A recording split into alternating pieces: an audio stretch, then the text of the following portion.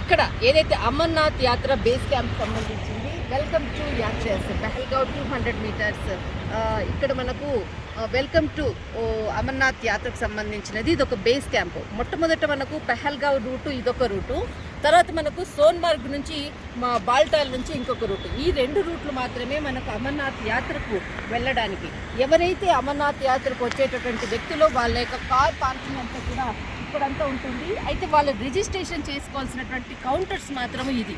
ఇక్కడ వాళ్ళు రిజిస్ట్రేషన్ చేసుకున్న తర్వాత దీని ముందు తర్వాత మనకి వాళ్ళకి హెల్త్ చెకప్ సంబంధించినటువంటిది ఒకటి ఉంటుంది అక్కడ. ఆ తర్వాతనే వాళ్ళకు దీని వెనకాల నుంచి కూడా మనకంతా కూడా ఒక లైనప్ అంతా ఉంటుంది.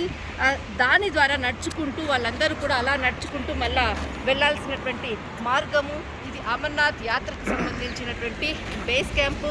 ఇక్కడ రిజిస్ట్రేషన్లు ఉండేటటువంటి చేసుకునేటటువంటి కౌంటర్స్, ఈ కౌంటర్స్కి సంబంధించినటువంటి ప్లేస్ ఇది.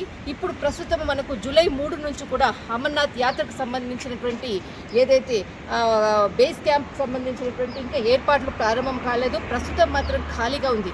పెహల్గావ్ దాడి తర్వాతనే ఇప్పుడు పరిస్థితి, లేదంటే దాదాపు ఒక 2 నెలల ముందుగానే అమర్నాథ్ యాత్రకు సంబంధించినటువంటి మొత్తం ఏర్పాట్లంతా కూడా ప్రారంభమవుతాయి. కానీ ఈసారి ఇప్పటి వరకు కూడా దాదాపు ఇంకా మనకు 1 నెల రోజులు మాత్రమే ఉంది.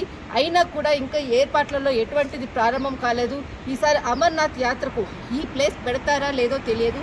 లేకపోతే మనకు సోన్మార్గ్ నుంచి బాల్టాల్ నుంచి ఏమైనా ప్రారంభిస్తారా అన్నది మాత్రం వెయిట్ చేయాలి. ప్రస్తుతము అమర్నాథ్ యాత్రకు సంబంధించినటువంటి బేస్ క్యాంప్ అంతా కూడా మొత్తం ఖాళీగా ఉన్నటువంటి సిచ్యువేషన్. ప్రస్తుతము దీనికి సంబంధించినటువంటి ప్రభుత్వం నుంచి ఇంకా ఇప్పటి వరకు కూడా ఎలాంటి ప్రారంభమవుతున్నాయి అన్నటువంటి సమాచారం కూడా లేదు. ప్రస్తుతం మాత్రం ఖాళీగా ఉన్నటువంటి దాన్ని మనం చూడవచ్చు.